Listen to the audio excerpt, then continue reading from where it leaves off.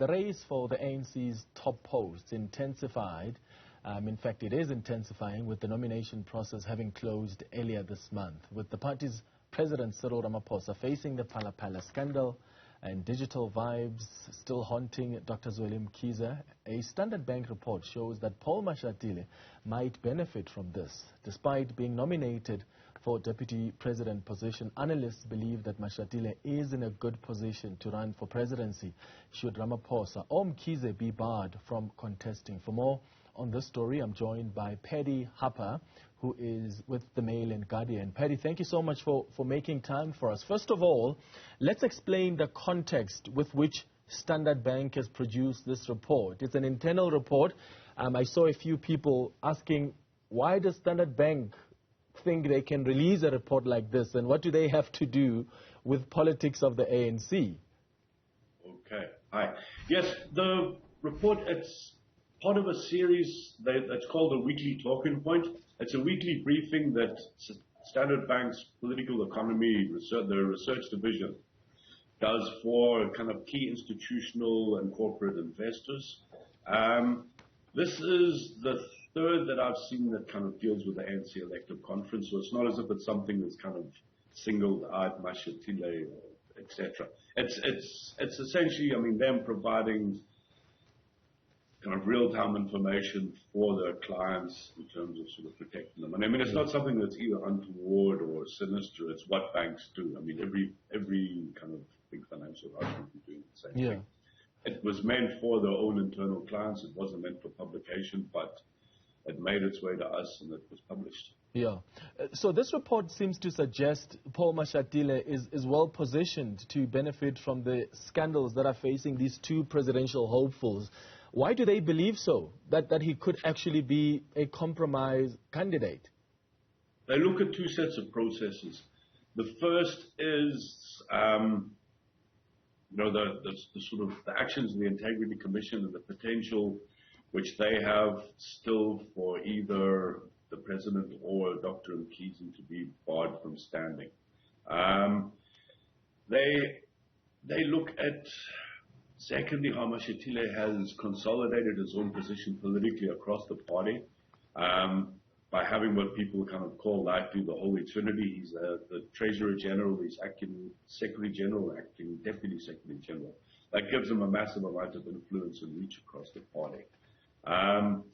So their analysis is that kind of, firstly, he's consolidated himself significantly, way more than he would have had 3 or 4 months ago. I mean, a year ago, let's say, or before he took over those positions.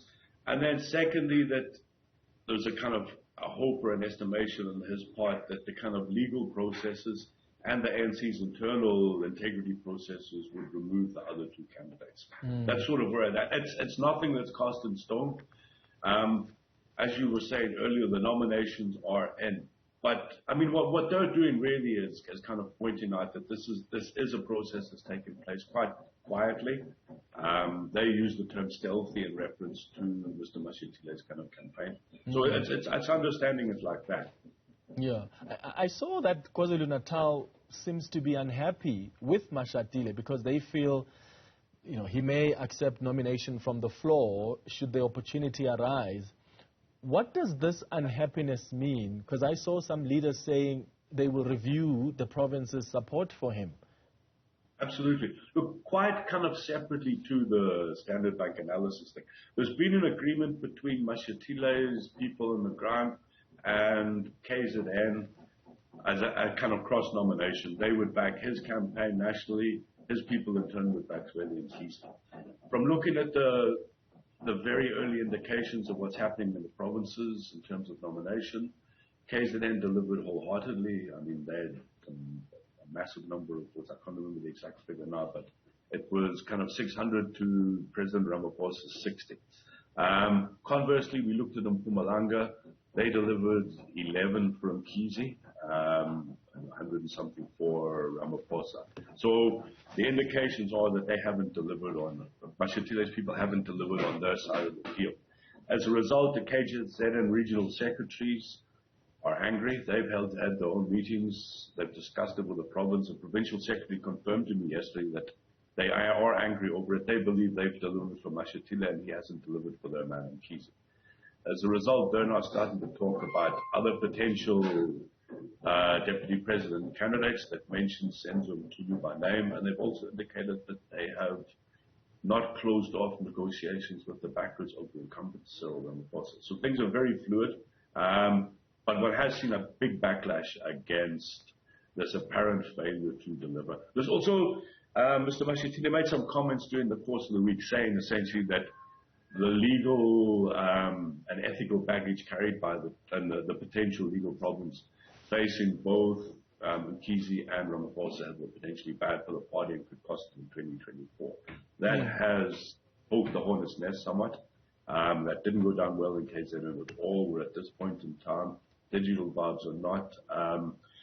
Mkhize has been projected as kind of quite a holy, almost like a holy figure, this clean figure, etc., despite the ongoing issues which are not resolved. So, yeah, that's where we're at. Yeah. You've mentioned Senzo Mkhize as one of the candidates that they may back for the position of deputy president. But I see that in that report by Standard Bank, there's a suggestion that Mashatile has also been marketing himself to the business community. Do they go into detail in the report about how he's been doing that? They mention pretty much in passing, but that over the last few months towards a year that he's been actively lobbying the business community and kind of projecting himself as a more decisive, that's I think the word they use, a more decisive kind of president than the incumbent. We then followed up with Standard Bank itself to try and get more clarity about it because the political economist mentioned it almost in passing. We pushed a little harder. We found out there's been no direct engagement with Standard, but the CEO kind of indicated to us that there's been a series of engagements with the business community. And that he is projecting himself as definitely a kind of potential presidential candidate, either as a sort of shoo-in candidate, if he's elected as Ramaphosa's deputy, and also obviously as a person who could fill the breach if Ramaphosa is elected and recalled. Yeah. But it's very clear that he has an eye on each of the processes, the one leading up to conference and the post-conference process. Yeah. At this stage, the president's last big hurdle is the report of the committee. I think that's now been moved to the 6th of December. Whether or not a process would kick in from the Integrity Commission or not between now and conference, I guess everything hangs on that. If there were a ruling by the IC that the president's brought the party into disrepute, etc., then there's grounds for him not to actually make the ballot. So it's very fluid, very uncertain, but at Standard Bank, like every other big entity in the country, keeping an eye on the processes politically and making sure that the people whose money they're looking after that it's kind of, that there's intelligence based on where that should be going. Yeah, absolutely. This is the governing party and potentially a party that's going to be governing again after 2024, if of course South Africans give them that second chance. I want to ask Absolutely. I want to ask you about the pressure that the two factions are putting on Paul Mashatile, because KZN is like, can you just choose whether you're in with us or you are out? But you've got President Cyril Ramaphosa's supporters also saying, are you with us or are you with KwaZulu-Natal? Paul Mashatile, in the number of interviews that he's done, including with you guys at the Mail and Guardian, he seems to be suggesting that he's not going to choose a side, he's not on any slate, and I wonder if that may come to cost him at the conference. It could. That's one of the other frustrations that we're picking up from KwaZulu-Natal, is that he hasn't actually named himself as Mkhize's running mate as deputy. So he hasn't endorsed Mkhize. And they're frustrated with that for two reasons. The one is that he has not endorsed him, so he's not back in his name. And secondly, that it leaves them the space to actually stand against him.